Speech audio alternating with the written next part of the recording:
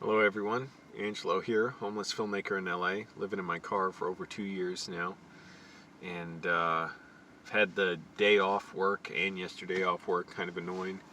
I'd rather be making money, but that's fine, making the most of it. And I work at a warehouse in addition to being a filmmaker, and I was thinking about how my dissociative disorder's been improving lately. I hate even saying that because weird things trigger it. Even just talking about it, saying the words "it's improving" feels like a sensory overload and can trigger it further. But I have depersonalization-derealization disorder. Look it up. I don't know. I've explained it a million times. But basically, I've heard it characterized as your body's freeze response, like fight or flight response, and it's like in the body, not really in the brain itself. That's why therapy doesn't work on it. I've been to lots of therapy. Helps with depression, but doesn't help with this. In fact, it makes worse.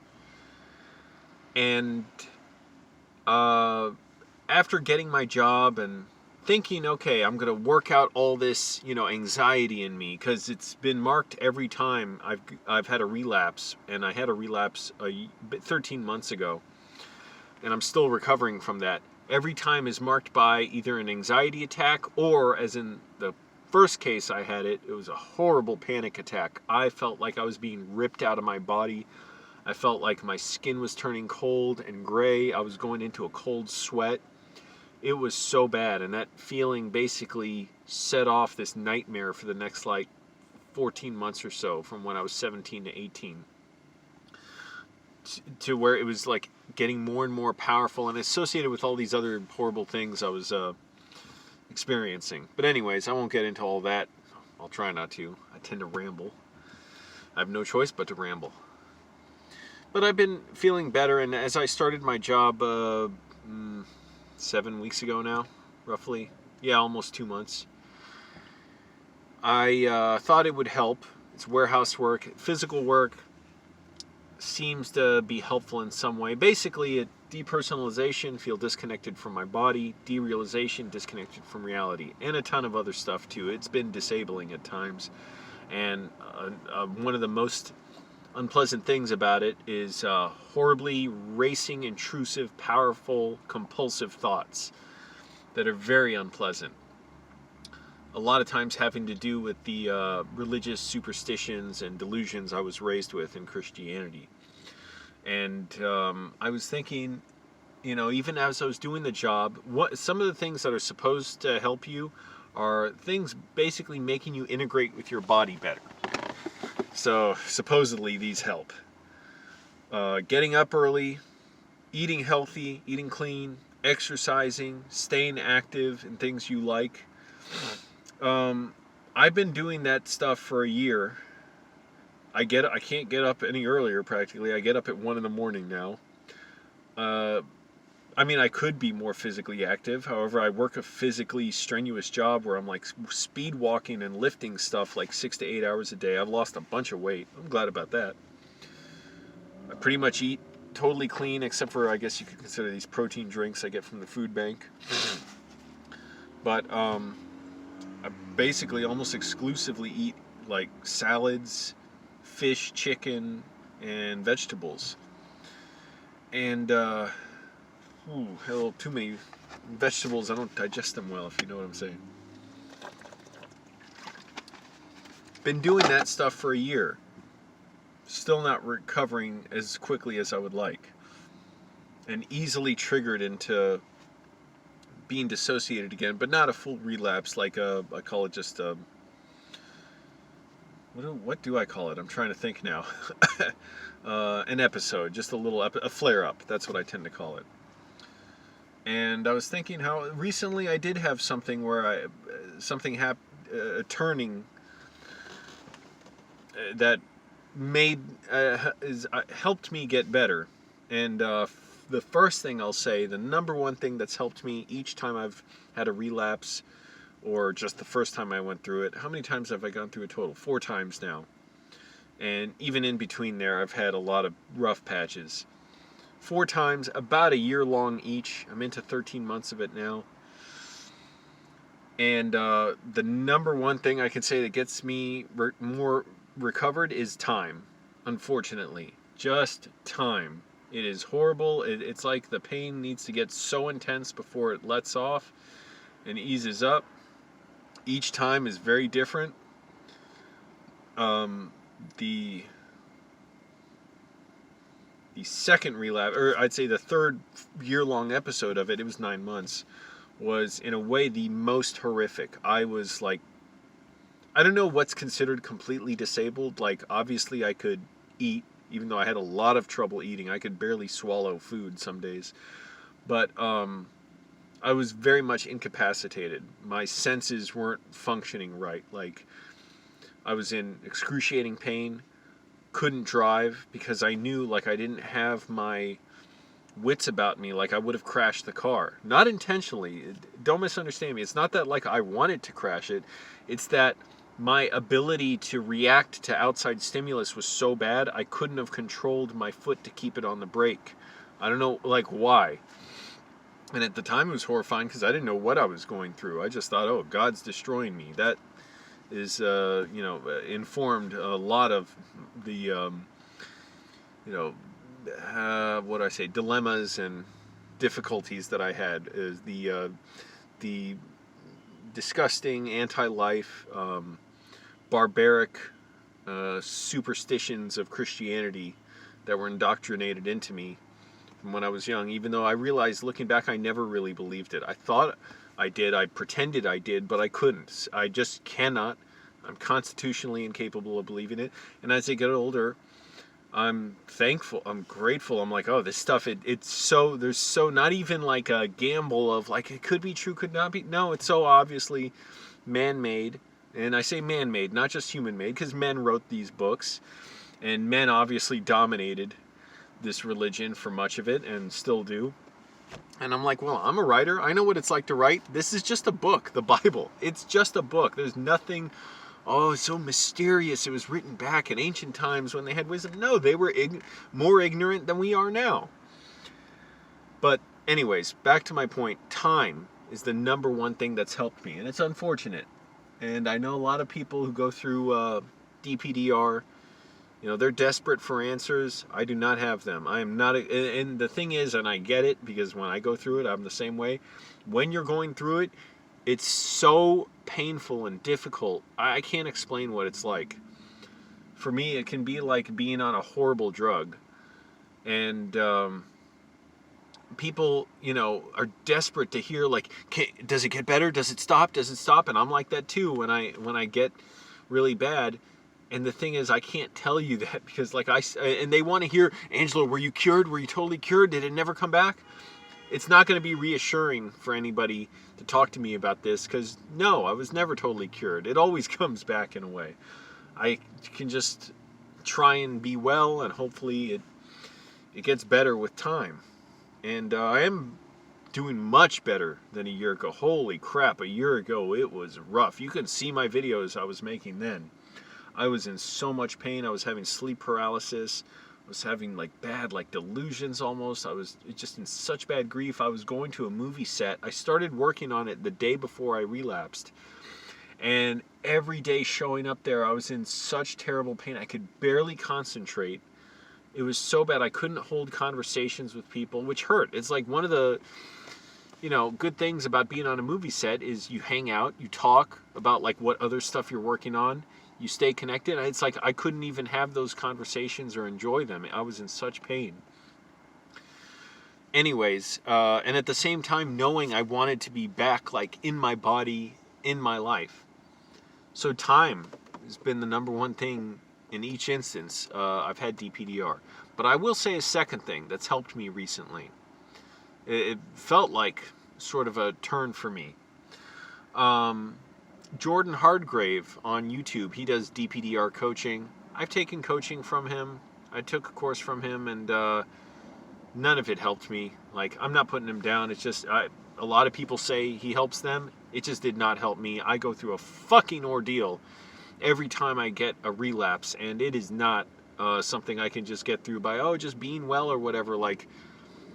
I just won't even get into. I probably have 50 or 100 videos on all my symptoms. Just imagine being on a bunch of terrible hallucinogens and trying to function, and like the simplest things are horribly painful. I could not write for months after my last relapse. I went through a time where I couldn't even. There were days, a lot of days, not just a few, where I couldn't even look at my laptop. It was so painful. Like this horrible pain in my chest and in my head, my face. It affected my senses. I still have strange sensory disruptions, like a weird taste in my mouth, a feeling of cold and hot patches on my left like leg, my upper thigh, or like outer hip, really. And it can feel like like a pack of cold water on it, and then switch to hot water. It's not painful, but I can feel it when I dissociate, and it's gotten better lately. And okay, so yeah, Jordan Hargrave's course did not help me. None of these tips helped me. They probably didn't hurt, getting up early, exercising, all that stuff. But it was very, very painful for a long time, and far from even the worst I went through. And I'm sure if I tried any kind of course when I relapsed any other time, I had so many other troubles and issues, just, with my identity and who I was, and the grief that this, my religious background gave me, and all kinds of other stuff that I didn't even know who I was. And I wanted to be a filmmaker. That was my one grounding thing, and that actually is a huge thing that's helped me over the years. But getting to the thing that I have felt in the last week or so, helped me feel a lot better. Jordan Hargrave has a 30-minute guided muscle relaxation video, and I knew he had it, and I was like, oh, guided, muscle relaxation, who gives a shit, But I was like, okay, whatever, I'll just try it. And this is a week or two ago. I was just sitting right here in my car and lying back and listening to it, and I did it. And I don't even like saying I felt better. That, to me, it dissociates me to say that. Don't know why. I just have a bunch of weird triggers. But I was having a lot of dissociation at work. You'd think being at a warehouse, working yourself ragged 8 hours or so, it would, calm me down, calm my anxiety. But no, my mind was racing so much throughout the day. I was like stuck in my thoughts. I couldn't just be in my body. And it was fairly unpleasant. It wasn't horrible or anything, but it was pretty unpleasant and scary. And I'm like, damn, man, what's going on with me? And so I finally did that, even though I do stuff like that in a way all the time. I walk a lot. I try and, relax my muscles. I've started doing these facial massages because, I have TMJ, where it's like I grind my teeth and stuff, and it's giving me some tinnitus.